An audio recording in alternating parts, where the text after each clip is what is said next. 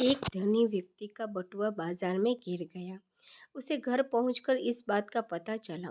बटुए में जरूरी कागजों के अलावा कई हजार रुपए भी थे। फौरन ही वो मंदिर गया और प्रार्थना करने लगा कि बटुआ मिलने पर प्रसाद चढ़ाऊंगा, गरीबों को भोजन कराऊंगा। आदि संयोग से वो बटुआ एक बेरोजगार युवक को मिला। बटुए पर उसके मालिक का नाम लिखा था, इसलिए उस युवक ने सेठ के घर पहुंचकर बटुआ उन्हें दे दिया। सेठ ने तुरंत बटुआ खोलकर देखा। उसमें सभी कागजात और रुपए यथावत थे। सेठ ने प्रसन्न होकर युवक की ईमानदारी की प्रशंसा की और उसे बतौर इनाम कुछ रुपए देने चाहे। जिले लेने से युवक ने मना कर दिया। इस पर सेठ ने कहा, अच्छा, कल फिर आना। युवक दूसरे दिन आया तो सेठ ने उसकी खूब खातिरदारी की। युवक चला गया। युवक के जाने के बाद सेठ अपनी इस चतुराई पर बहुत प्रसन्न था कि वह तो उस युवक को 100 रुपये देना चाहता था, पर युवक बिना कुछ लिए सिर्फ खा पी कर ही चला गया। उधर युवक के मन में इन सब का कोई प्रभाव नहीं था, क्योंकि उसके मन में न कोई लालसा थी और न ही बटुआ लौटाने के अलावा और कोई विकल्प ही था। सेठ बटुआ पाकर यह भूल गया कि उसने मंदिर में कुछ वचन भी दिए थे। सेठ ने अपनी इस चतुराई का अपने मुनिम और सेठानी से जिक्र करते हुए कहा कि देखो, वह युवक कितना मूर्ख निकला। हजारों का माल बिना कुछ लिए ही दे गया। सेठानी ने कहा, तुम उल्टा सोच रहे हो। वह युवक ईमानदार था। उसके पास तुम्हारा बटुआ लौटा देने के अलावा और कोई विकल्प नहीं था। उसने बिना खोले ही बटुआ लौटा दिया। वह चाहता तो सब कुछ अपने पास ही रख लेता। तुम क्या करते?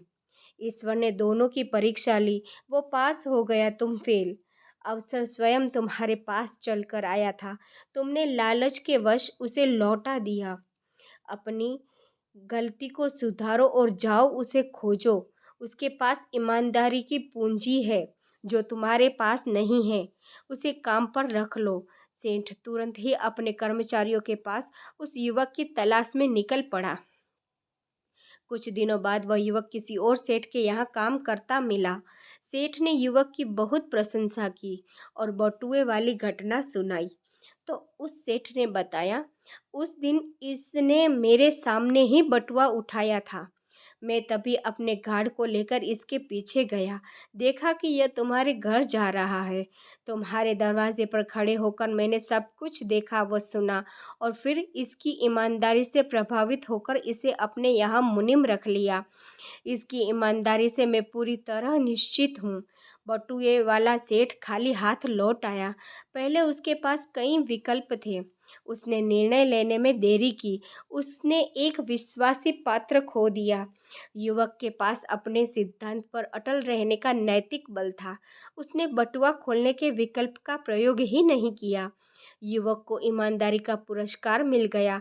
दूसरे सेठ के पास निर्णय लेने की क्षमता थी। उसे एक उत्साही, सुयोग्य और ईमानदार मुनिम मिल गया। एक बहुत बड़े विचारक सोरेन की के घाड़ ने अपनी पुस्तक आइदर और अर्थात यह या वह में लिखा है कि जिन वस्तुओं के विकल्प होते हैं उन्हीं में देरी होती है। विकल्पों पर विचार करना गलत नहीं है, लेकिन विकल्पों पर ही विचार करते रहना गलत है।